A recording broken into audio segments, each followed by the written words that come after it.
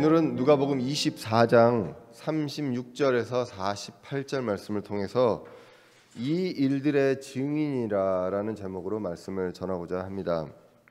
우리가 이제 누가복음의 1장부터 계속 읽어왔습니다. 말씀 하나님이신 예수님께서 사람의 모습으로 사람의 아들로 오신 하나님이 누가복음에 기록되어 있다고 말씀을 드렸습니다. 우리의 죄와 죄들을 위해서 십자가에서 달려 죽으심을 통해서 단 한 번, 여러 번이 아니라 단 한 번을 통해서 모든 것들을 해결하시고 또 우리가 주님과 같이 부활하게 될 그 모습을 첫 열매로, 부활의 첫 열매로 보여주셨습니다. 예수님은 모든 것들을 철저한 계획 속에서 진행하셨고요. 십자가에 달리시기 전에 거기로 가는 그 고통 속에서도 사람들한테 영향을 주셨고, 그리고 십자가에서도 사람들에게 영향을 미쳤습니다.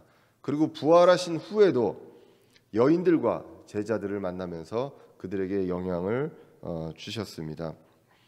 엠마오로 이제 떠나는 그 시리에 젖어서 떠나고 있는 그 제자들에게 나타나서 그 말씀을, 구약에 있는 말씀을 풀어주심으로 그들의 마음을 뜨겁게 해주시고 또 그들의 눈을 밝혀주시는 이 모든 것들을 예수님의 모습을 통해서라기보다는 말씀을 통해서 이런 것들을 확실하게 확고하게 세우는 그러한 일들을 부활 후에 예수님께서 하셨던 것을 보게 됩니다. 그렇게 하면서 이제 이 엠마오로 가던 이 두 제자가 다시 예루살렘으로 돌아와서 제자들에게 증언하는 내용들이 이제 지난주 마지막 구절에 있었습니다. 사실 그 전에 그 증언의 내용들 34절에 보면 이전에 예수님께서 베드로에게 나타나셨던 것을 이제 볼 수가 있습니다. 오늘 누가복음에 나오지 않았지만 누가복음 24장 34절에 그 두 제자가 말하기를 주께서 참으로 일어나시고 시몬에게 나타나셨다 하는 것을 보고 이렇게 이제 이야기를 하게 됩니다. 그러므로 베드로에게 나타났다는 것도 이야기를 하게 되고, 고린도전서 15장 5절에서 보면 게바에게 나타났다라고 예수님께서 말씀을 하고 계십니다. 가장 먼저는 마가복음 16장 9절에서 보시면 제자들이 아닌 막달라 마리아에게 처음 예수님이 나타나셨던 것을 우리가 말씀을 통해서 봤습니다. 그리고 이제 베드로에게 나타나신 그 시간 순서는 보면은 오늘 누가복음 24장 12절에서 보시면 베드로가 무덤으로 가고 비어 있는 것을 보고 놀라서 다시 돌아오는 내용이 있고요. 그 다음에 13절부터 엠마오로 가는 두 제자가 있었습니다. 그 중간 시점에서 예수님께서 베드로에게 나타나셨던 것으로 우리가 말씀을 통해서 유추해 볼 수가 있습니다.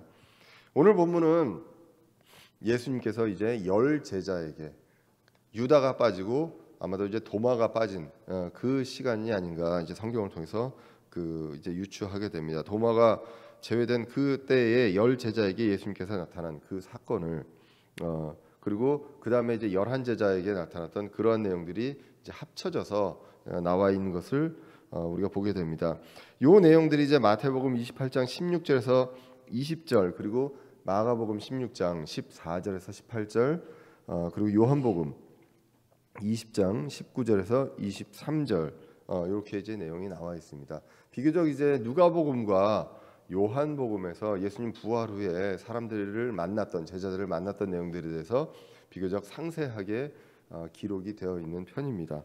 그래서 이제 그 내용들을 비교해서, 특별히 이제 누가복음과 요한복음을 비교해서 봤을 때 예수님께서는 제자들에게 약 한 4번 정도 시간차를 두고 나타나셨던 것으로 이제 보게 됩니다. 그래서 요한복음 20장 19절 25절에 나와 있는 것처럼 오늘 사건과 유사한 내용으로 나와 있는 것처럼 10 제자에게, 도마를 제외한 10 제자에게 나타나셨던 게 나오고, 그리고 이제 약 8회 정도 후에 도마를 포함한 11 제자에게 나타났던 내용이 나오게 됩니다.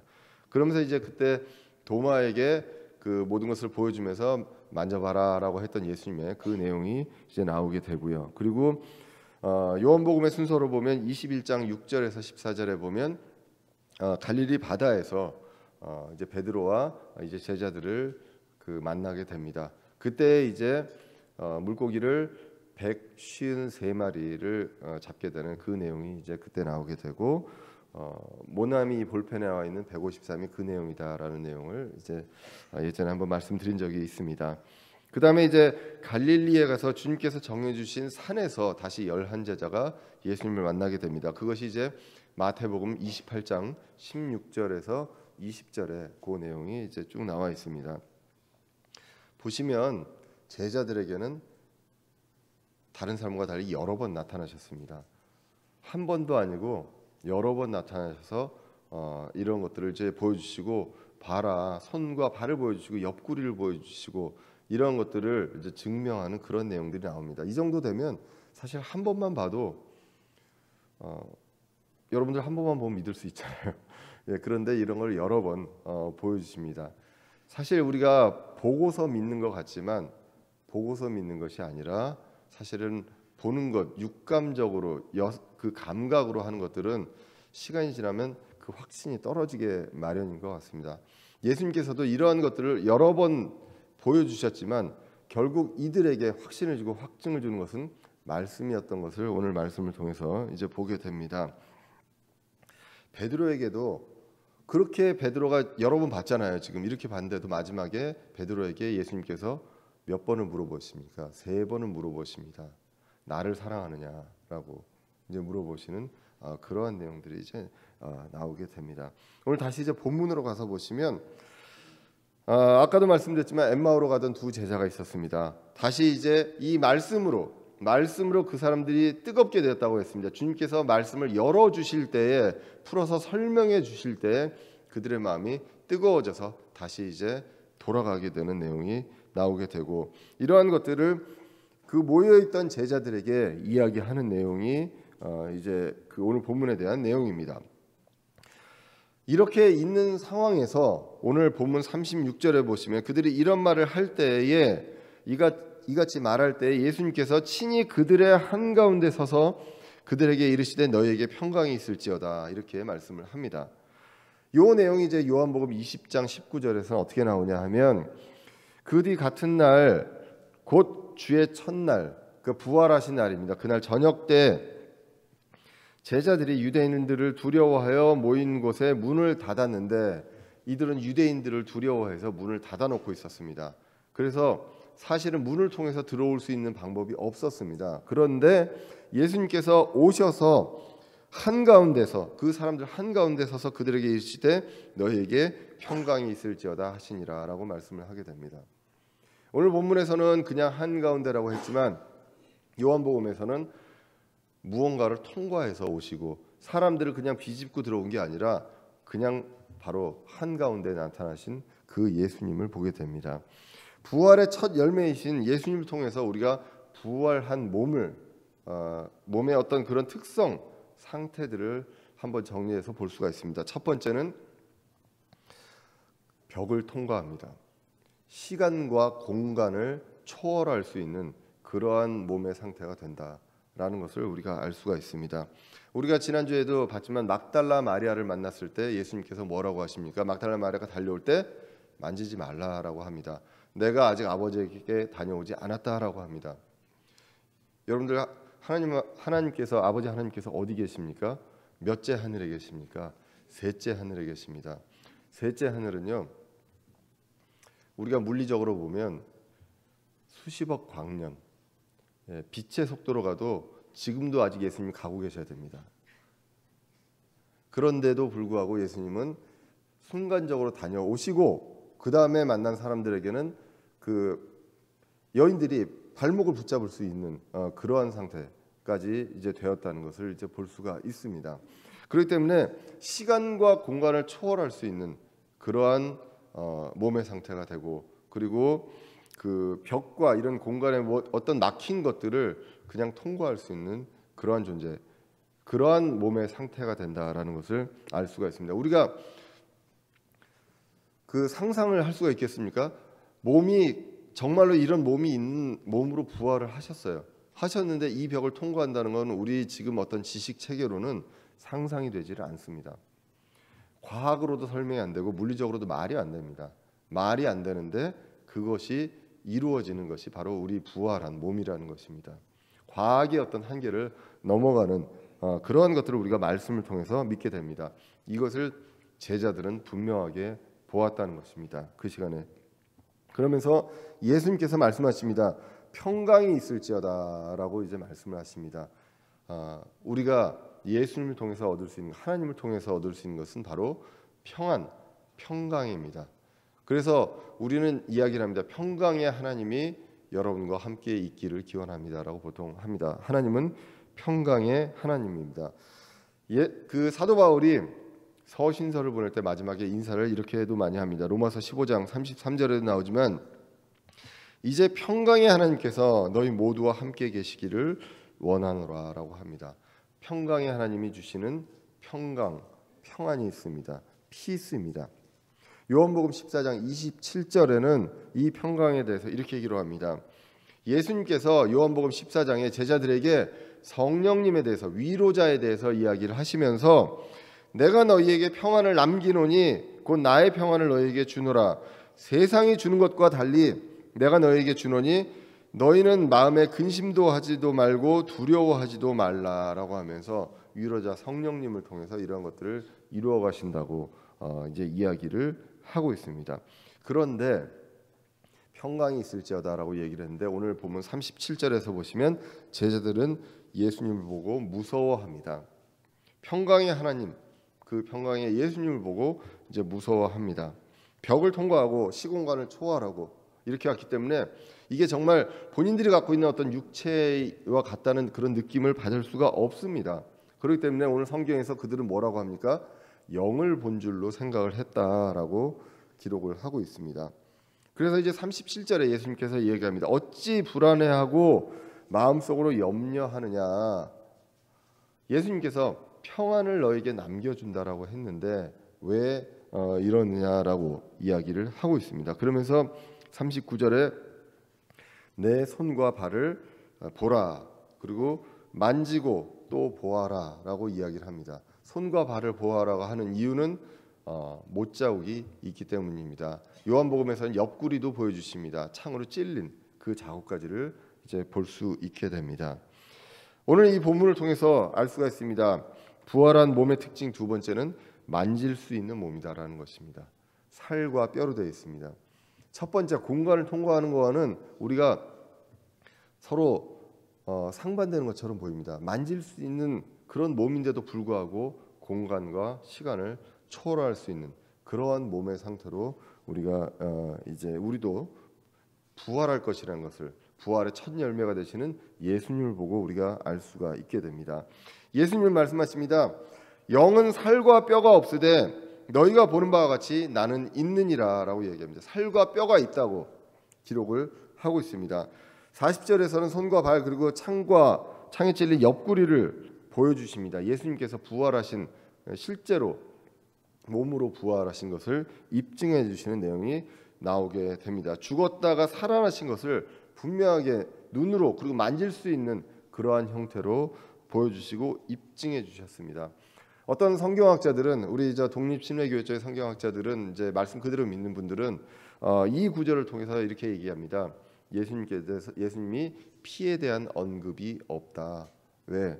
피는 이미 십자가에서 다 흘리셨다. 이제 부활한 몸에는 피가 없을 것이다 라고 이야기를 하기도 합니다.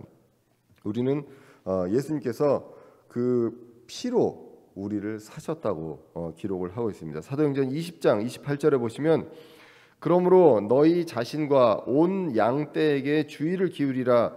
성령님께서 너희를 그들의 감독자로 삼으사 하나님의 교회 곧 그분께서 자신의 피로 사신 교회를 먹이게 하셨느니라.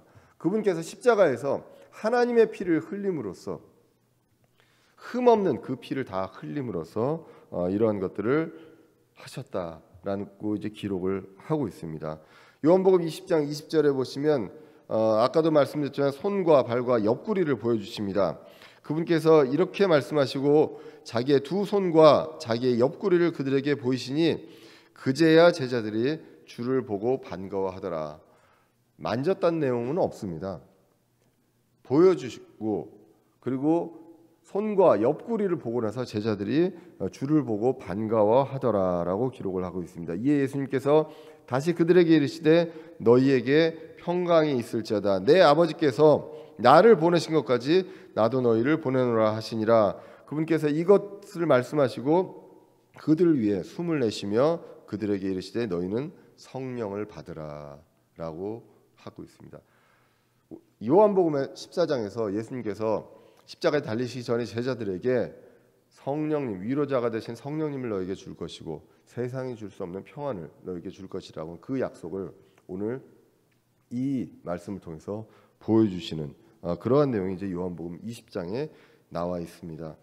오늘 다시 본문으로 돌아와서 41절을 보시면요, 아직도 믿지 못하고 놀라고 있습니다. 제자들이 기뻐하기도 하고 놀라기도 하고 믿기지도 않고 그래서 놀라고 있을 때 예수님께서 41절에 음식이 있느냐라고 말씀을 하게 됩니다. 그래서 42절 43절에 보시면 구운 생선과 벌집 한 조각을 그 제자들이 가져왔을 때 그것을 잡수시는 내용이 나옵니다.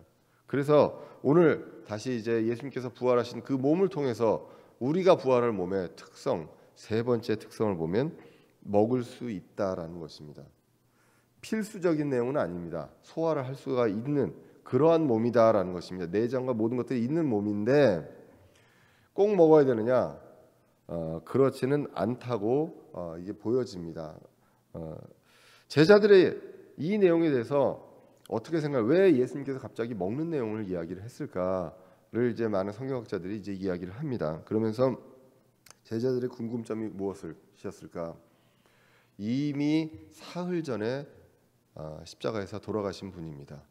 목요일 날 돌아가셨고 그리고 금요일, 토요일 그리고 오늘 주일 날 이제 부활하신 예수님께서 최소한 부활하셨다고 해도 3일 동안 아무것도 못 드셨잖아요. 그랬는데 만나신 예수님 부활하신 그 몸은 어땠습니까? 막달라 마리아가 봤을 때 동산지기인 줄 알았습니다. 더욱더 건강하고 더욱더 보기 좋은 모습으로 오셨다는 것입니다. 자, 그러한 내용들로 봤을 때 이 내용들 중에서 예수님께서 부활의 증거로 음식을 드십니다. 음식을 드실 수 있는 존재이긴 하지만 음식을 통해서 예수님의 몸이 그렇게 건강한 몸으로, 건장한 몸으로 그리고 더 많이 드신 좋은 걸 드신 그런 몸으로 바뀐 것은 아니다라는 것입니다. 그러므로 우리가 음식을 통해서 그러니까 이 소화가 우리가 앞으로도 부활한 몸으로 꼭 뭘 먹어야 되느냐 그렇지는 않다는 것입니다. 이미 우리의 몸은 그렇습니다. 그런데 그러한 것들을 먹을 수 있을 그러한 정말로 지금의 어떤 몸과 거의 유사한 몸으로 그러나 썩지 아니할 몸으로 우리가 부활할 것임을 우리가 성경을 통해서 이제 보게 됩니다. 음식 없이도요 더욱더 건강하고 여러분들의 인생에서 어쩌면 가장 그 베스트의 모습으로 가장 좋은 모습으로 부활하실 것이라는 것 그것을 우리가 한번 소망을 해보게 됩니다. 그리고 나서 이제 요한복음 20장 24절에서 이제 도마의 이야기가 나옵니다. 오늘 본문에 나오지 않지만 처음 제자들에게 나타났을 때 함께 있지 않았다고 기록을 하고 있습니다. 그리고 이제 요한복음 20장 25절에 보시면 도마의 이야기가 나옵니다. 손에 못자국과 옆구리에 손을 넣지 않고는 내가 믿을 수 없다라고 이야기를 하게 됩니다. 그리고 이제 여드레 후에 예수님께서 11제자에게 두 번째로 나타나시는 내용이 요한복음 20장 26절에 기록이 되어 있습니다. 이들은 여전히 문을 닫아놓고 있었습니다. 또 닫아놓고 있었는데도 불구하고 그 공간을 통과하고 그 가운데 서서 다시 예수님께서 말씀하십니다. 두 번째로 평강이 있을지어다라고 이야기를 하고 계십니다. 그리고 이제 도마에게 나와서 이야기합니다. 넣어보라 그리고 만져보고 넣어보라라는 것입니다. 그리고 이제는 믿는 자가 되라라고 예수님께서 말씀하고 계십니다. 여러분들은 도마가 만져보고 믿었을까요? 아니면 보고만 믿었을까요? 만져보고 믿었다고 생각을 하시는데 저도 그렇게 생각을 했는데요. 성경에 보면 만졌다는 기록은 없습니다. 봐라라고 하고 만져봐라라고 했는데 28절에 도마가 이야기합니다. 그분께 응답하여 이야기를 하면서 나의 주시며 나의 하나님이시라라고 이야기를 합니다. 예. 자, 이 고백은요 엄청나게 놀라운 고백입니다. 나의 주님, 나의 선생님, 나의 예수님, 이게 아니라 나의 하나님, 예수 그리스도의 신성을 고백하는 그러한 놀라운 고백을 이제 도마가 하게 됩니다. 여러분들, 도마는 의심 많은 도마라고 합니다. 근데 제자들은 도마보다 의심이 적었나요? 의심 많고 이렇다고 이야기할 수가 없고요. 오히려 그 똑같은 상황에서 저는요 사실은 뭐 만졌냐 안 만졌냐가 그렇게 중요하지는 않지만 저도 그렇고 이제 여러 목사님들도 얘기도 안 만졌을 것이다라고 생각을 합니다. 예, 안 만지고 이것을, 왜냐하면 만졌다는 이 말씀이 없기 때문에 이것을 이런 위대한 고백을 했다는 것입니다. 나의 하나님이십니다라고 이렇게 고백을 하게 됩니다. 이때 이제 요한복음 20장 29절에 예수님께서 그에게 이르시되 도마야 너는 나를 보았으므로 믿었으나 보지 않고도 믿은 자들은 복이 있도다 하시니라. 여기서도 만지고 나서 날 믿었구나가 아니라 보고 나서, 보았으므로 믿었으나 보지 않고 믿은 자들은 복이 있도다라고 합니다. 여러분들 복이 있으십니까? 여러분들을, 저와 여러분은요 복이 있는 사람들입니다. 왜? 예수님 보신 적 있으세요? 만져보신 적 없잖아요. 그런데도 믿고 있는 우리가 복이 있는 자라고 예수님께서 분명하게 이야기를 하고 있다는 것입니다.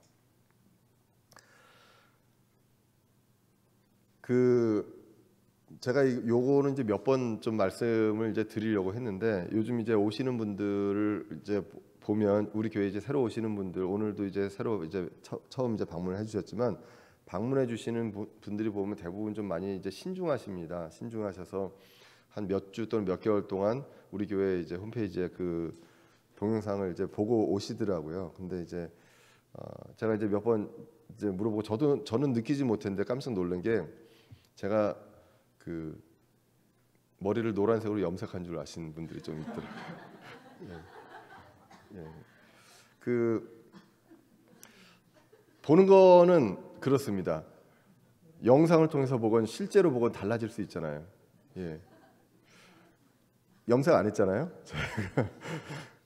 저는 좀 약간 염려가 되는 게, 목사가 노란색으로 염색했다라고 해서 시험 드시는 분이 혹시나 영상으로 보시는 분이 있지 않을까 조금 걱정은 됩니다. 걱정은 되는데, 공통적으로 제가 이제 그 몇 분들한테 들은 얘기는 아마 이제 조명 때문에 이제 머리가 좀 노란색으로 이제 보인다고 합니다. 혹시나 영상으로 보시는 분들 오해 없으시기를 바랍니다. 저 그냥 흰머리고요. 그 조명 때문에 이제 그렇습니다. 보는 것 가지고 저를 알 수 없고, 보통은 우리가 그 영화 배우나 탤런트를 볼 때도 많이 그렇지 않습니까? 실물과 뭐 다르다 어떻다 이런 얘기들 많이 하지 않습니까? 똑같이 보지만 어떠한 필터를, 어떠한 매체를 통해서 보느냐에 따라서 우리가 보는 것들이 달라질 수 있습니다. 그런데 오늘 예수님은 말씀하십니다. 보지 않고 믿는 자들이 복이 있다라고 이야기를 하고 있습니다. 우리가 보고 믿는 것이 얼마나 정확하냐, 이것에 대해서 어느 누구도 확신할 수 없다는 것입니다. 오늘 본문은 보지 않고 믿는 우리가 복이 있다고 이야기를 하고 있습니다. 엠마오로 가는 제자들도 말씀을 풀어주실 때 뜨거워졌다고 확신을 얻고, 그 확신에 대한 믿음을 갖고 가던 길을 다시 돌아오는 그러한 것들을 우리가 말씀을 통해서 봤습니다. 예수님은 오늘 여인들과 엠마오로 가던 두 제자들, 증언해도 믿지 못했던 그 제자들에게 직접 나타나셔서 이야기하십니다. 보지 않고 믿는 자가 복이 있다라고 말씀을 하고 계신다는 것입니다. 성령님을 통해서 우리의 말씀을 기억나게 해주신다고 했습니다. 그것이 우리에게 확신이 되고 믿음이 되는 것입니다. 제자들은요 예수님과 함께 있고 모든 기적들, 표적들을 다 봤습니다. 예. 그러면서도 예수님의 부활에 대해서 알지 못했다고 하고 있었습니다. 그런데 이 말씀을 풀어주실 때 그것에 대해서 확신이 생깁니다. 예수님을 본 게 아니라 말씀을 통해서, 보는 거 가지고 한 번에 확신이 있을 수 있다면 예수님 그냥 한 번만 보여주셔도 되잖아요. 근데 거의 최소한 4번 이상 이렇게 예수님께서 보여주시는 내용이 성경을 통해서 기록이 되어 있습니다. 직접 보고 믿을 수 있습니다. 그러나 부족합니다. 마지막 확증은 말씀이라는 것을 오늘 본문 말씀에서도 이야기합니다. 감각에 의한 기억과 체험이 아닌 말씀을 통해서 얻게 되는 그 믿음이 흔들리지 않는 믿음이요, 진짜 믿음임을 이야기를 하게 됩니다. 오늘 본문 이 이후 구절에서 보시면 주님의 십자가 사건과 부활이 이미 성경에 기록되어 있는 그 내용들에 대해서 예수님께서 다시 부활하신 몸으로 나타나셔서 내가 부활했다 끝 하고 가시는 것이 아니라 말씀을 다시 이야기를 해주셔서 말씀으로 확증을 시켜주시는 그 내용이 이제 기록이 되어 있습니다. 오늘 44절에 보시면 또 그분께서 그들에게 이르시되 내가 여전히 너희와 함께 있었을 때에 너희에게 말한 말들 곧 모세의 율법과 대언자들의 글과 시편의 나에 관하여 기록된 모든 것이 반드시 성취되어야 하리라 한 말들이 이것들이라 하시고라고 구약 성경 크게 세 가지로 나눠지는 구약 성경입니다. 율법서가 있고요, 대언서가 있고 시편이 있습니다.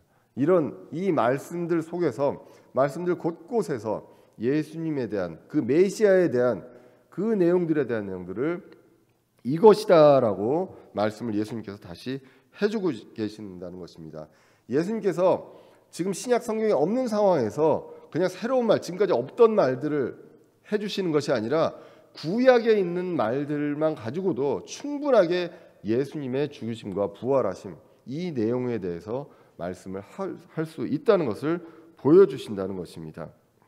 그렇게 하고 오늘 45절에 중요한 말씀이 나옵니다. 주님께서 그들의 지각을 열어주셨다. 지각은 그냥 언더스탠딩입니다. 영어로 이해할 수 있는 그 지각을 열어주셔서 성경 기록을 깨닫게 하여 주셨다라고 기록을 하고 있습니다.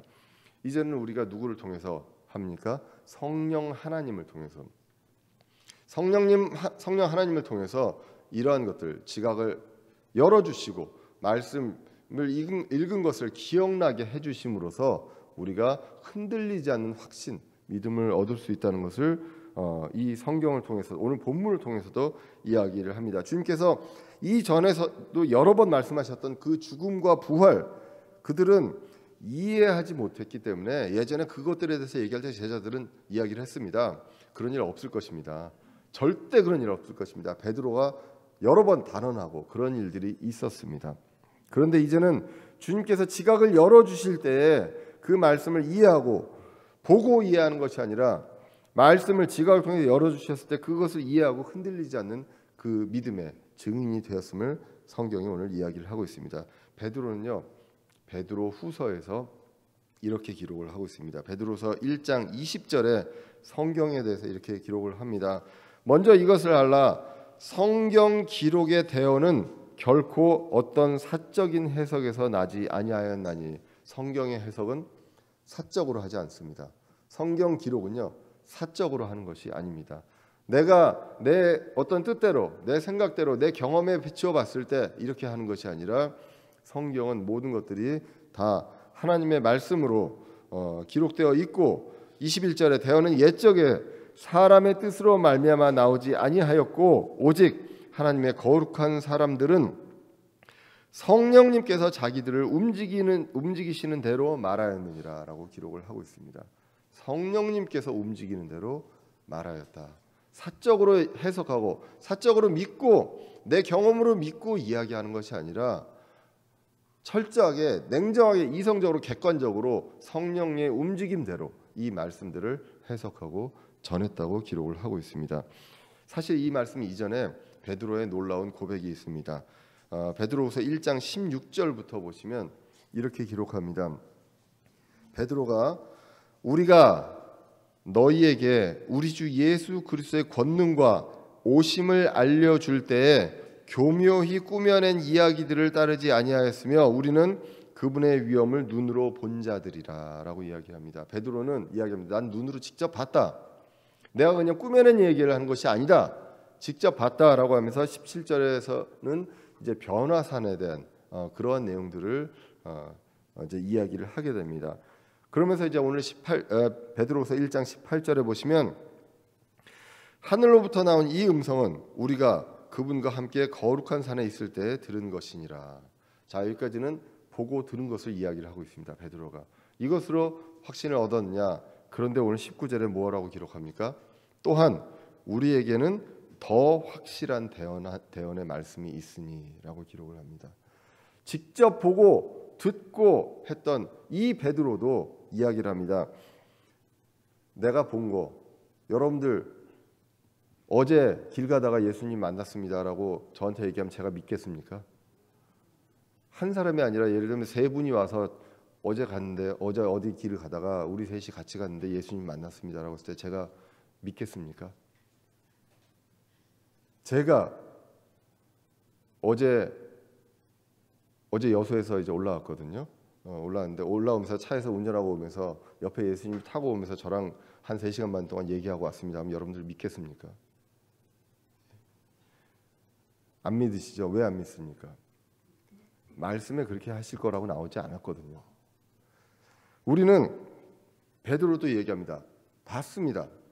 본 거 가지고 얘기하지 않습니다. 내가 만났다. 이 만난 걸 가지고 내가 만났기 때문에 너희들도 믿어야 된다고 얘기하는 것이 아니라 더 확실한 대언의 말씀이 있으니 날이 새어 샛별이 너희 마음속에 떠오를 때까지 너희가 어두운 곳에 비치는 빛을 대하듯 이 말씀에 주의를 기울이는 것이 잘하는 것이니라. 예. 말씀에 주의를 기울여라. 내가 그 경험한 것들을 내가 얘기해 줄 테니까 나를 따르라가 아니라 말씀에 기록된 것을 계속 귀를 기울이는 것이 잘하는 것이다라고 이야기를 하고 있습니다. 아시겠지만 지난주에 제 친구가 이제 방문을 했었죠. 사실 초등학교 때부터 친구입니다. 그리고 이제 그 한 너댓 명 친구가 있는데 같이 이제 중고등학교 같은 교회에 출석을 하면서 여러분들 들면 다 알 수 있는 그런 대형 교회에 출석을 하면서 중고등부를 같이 보냈습니다. 친하게 보냈고요. 때로는 한때는 뜨겁기도 했습니다. 중고등부 수련회를 가서 한참 3박 4일 동안 막 찬양하고 막 기도하고 막 뜨거운 마음으로 와가지고 우리 뭔가 우리끼리 정말 뜨거워져야 되겠다라고 하고 씻고 이런 일을 이제 반복을 하다가 아시다시피 이제 대학을 들어갈 때 한 번씩 인생의 쓴맛을 보게 되지 않습니까? 그러면서 그 중에 대부분의 친구들이 다 그러니까 교회를 떠났습니다. 그 전까지의 어떤 믿음 이런 것들 사실 뭐 그때 어떤 친구들은 그 전에 뭐 방언도 좀 했었고요. 그랬었는데 다 떠났습니다. 그 친구도 오랫동안 떠났습니다. 저보다 더 오랫동안 떠났었습니다. 그런데 그러던 과정에서 이제 나이가 들어가면서 이제 그 친구가 지난주에 이제 교제까지 했었기 때문에 그때 이제 하던 내용 저도 이제 그때 들은 내용입니다. 사실 그 친구가 어떻게 다시 돌아오게 이제 과거를 제가 들은 적은 없었거든요. 그랬는데 그런 이야기를 했다고 했습니다. 이제 미국으로 뭐 이제 어학연수를 이제 그 친구가 갔었는데 가면서 기도를 했다고 합니다. 예수님 한 번만 저한테 나타나 주시거나 보여주십시오. 그럼 제가 믿겠습니다라고 간절하게 기도를 했는데 여태까지 그 기도를 안 들어주셨다라고 합니다. 그런데 그동안에 삶의 과정 속에서 옆에 있는 하나님의 사람들을 통해서 말씀을 통해서 자기가 하나님이 계신다는 것을 알게끔 확신을 주었다라고 해서 지금 이제 다시 하나님께로 돌아와서 있는 그런 친구입니다. 그래서 저도 몰랐거든요. 그러니까 이게 이제 강해 설교다 보니까 뭐 순서를 뭐 1년 전부터 제가 며칠 날 뭘 할지를 알 수가 없는데 마침 또 지난주에 그 친구가 와서 우리를 뜨겁게 하는 그 말씀에 대한 내용을 듣고서 나중에 이제 그 내용을 그 카톡을 보내면서 정말로 그 말씀이 그렇다는 것을 자기도 확실하고 믿는다, 응원하겠다라고 장로교에 이제 출석하는 장로님인데요, 그 친구가. 예, 근데 그렇게 이야기를 하고 갔었습니다. 제가 말씀드리고 싶은 내용은 예수님을 본 사람도 한 번 본 거 가지고 안 되는 거예요.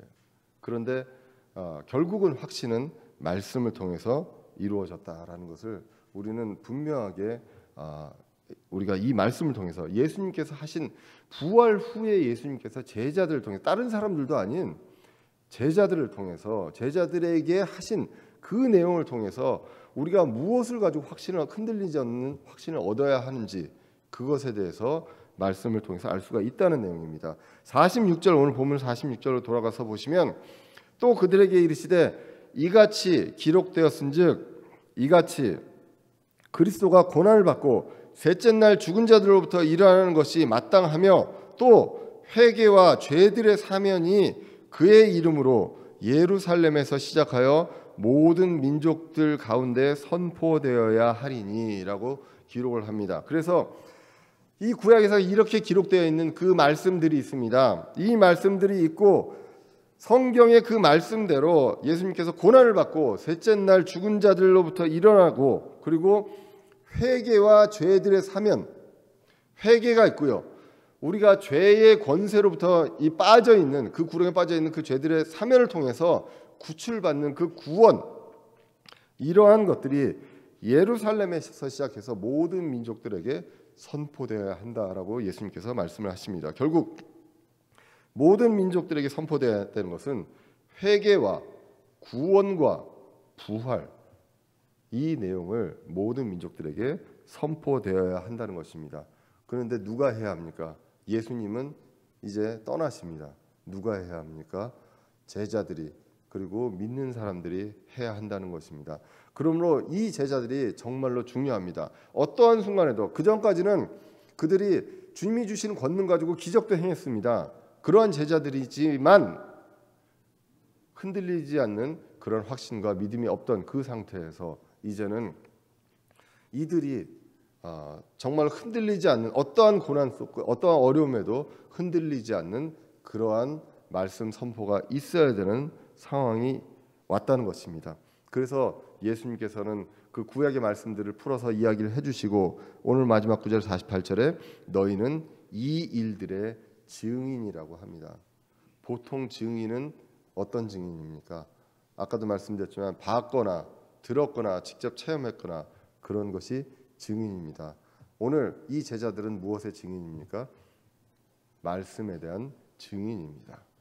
그래서 이 말씀을 통해서 이제 회개와 구원과 부활을 증언하게 되는 그러한 내용이 이제 그 사도행전을 통해서 우리가 볼 수 있는 그러한 내용입니다.